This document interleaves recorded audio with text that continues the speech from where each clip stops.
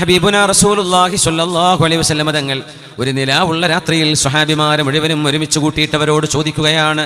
അന്ന് പരിശുദ്ധമായ ആ രാവിൽ പൂനിലാ ഉദിച്ചു നിൽക്കുകയാണ്, പൂർണ്ണചന്ദ്രൻ. നബി ചോദിച്ചു, ഹൽ തുളാറൂന ഫീ റുയത്തിൽ ഖമർ ലൈലത്തുൽ ബദർ. 14-ാം രാവിലെ ഈ പൂർണ്ണചന്ദ്രനെ കാണാൻ സ്വഹാബികളെ നിങ്ങൾ ആർക്കെങ്കിലും തിക്കും തുരക്കും കൂടേണ്ടതുണ്ടോ? നിങ്ങൾ ആർക്കെങ്കിലും മറയുണ്ടോ? ഇന്നാൾ മാറി നിൽക്കട്ടെ എന്നിട്ട് എനിക്കൊന്ന് കാണണം, അയാളൊന്ന് നീങ്ങട്ടെ, അയാളൊന്ന് ഇരിക്കട്ടെ എന്നിട്ട് എനിക്കൊന്ന് കാണണം, അങ്ങനെ വല്ലതും തോന്നുന്നുണ്ടോ? ഇല്ല നബിയെ, ഞങ്ങൾ ഇങ്ങനെ നോക്കിയാൽ കാണുന്നില്ലേ, ഞങ്ങൾ ഓരോരുത്തർക്കും കാണാൻ പറ്റുന്നില്ലേ? കാണുന്നുണ്ടല്ലേ? എന്നാൽ ഞാനൊന്ന് പറഞ്ഞോട്ടെ, ഇന്നകും സതറൗന റബ്ബകും കമാ തറൗനൽ ഖമറ ലൈലത്തുൽ ബദർ.